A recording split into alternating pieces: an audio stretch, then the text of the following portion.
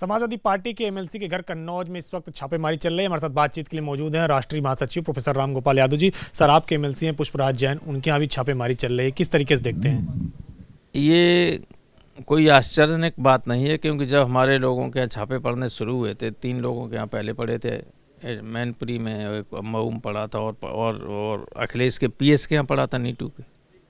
3 लोग यहाँ पड़ चुके हैं। तो हम जानते हैं कि बीजेपी इतनी हड़बड़ाहट में है कि वो अब ऐसे ही काम करेगी, क्योंकि जनता के समर्थन इनको मिल नहीं रहा।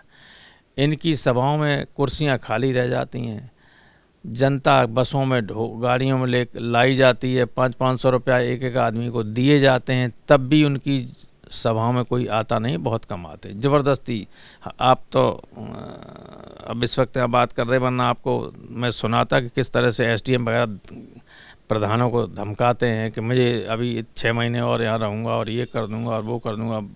बस में आदमी, प्रधान कहता है बस में आदमी बैठ ही नहीं रहा, तो मैं क्या करूँगा, मैं कुछ नहीं जानता हूँ, एसडीएम धमकी। ये रोज़ चलता है, तब भी इनके यहाँ मीटिंग नहीं आती। आपने देखा हो नोएडा में जब ये उसका शिलान्यास करने आए थे एयरपोर्ट का, कोई नहीं आया, कुर्सियाँ खाली पड़ी थी। इसके बाद ही सब व्यवस्थाएँ की जाने लगी। तो ये निराश हैं, और जब निराश हो जाता है आदमी तो फिर उसके एक्शंस उल्टे सीधे होने लगते हैं।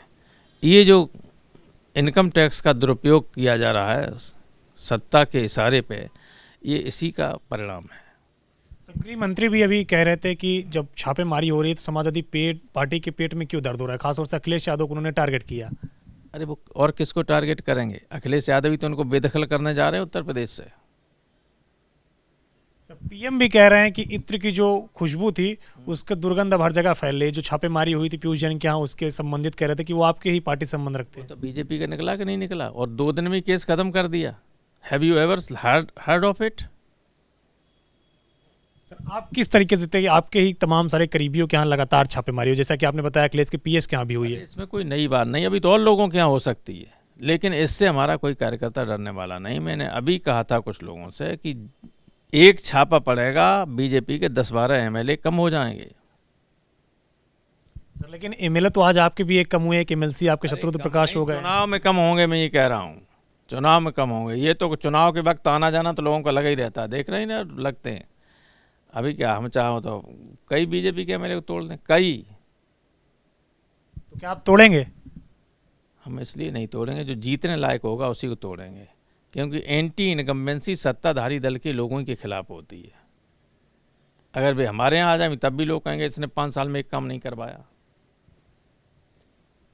एक आखिरी सवाल है, किस तरीके से पूरे चुनाव को देख रहे हो, क्योंकि बीजेपी कह रही है कि अपार जन समर्थन हमको मिल रहा है और फिर से हम सरकार बनाने वाले हैं।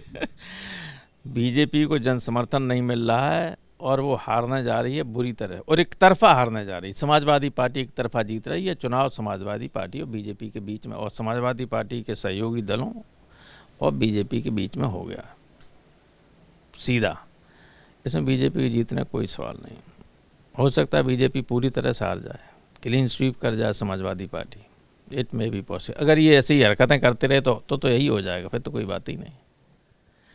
ठीक है, शुक्रिया हमसे बातचीत करने के लिए प्रोफेसर राम गोपाल यादव, जिनका कहना है कि जिस तरीके से छापेमारी हो रही है, अभी और भी समाजवादी पार्टी के कार्यकर्ताओं के यहाँ छापेमारी हो सकती है, क्योंकि ये बीजेपी की हताशा को दिखाता है। कैमरा सुनील के साथ अविनाश तिवारी, एबीपी गंगा, दिल्ली।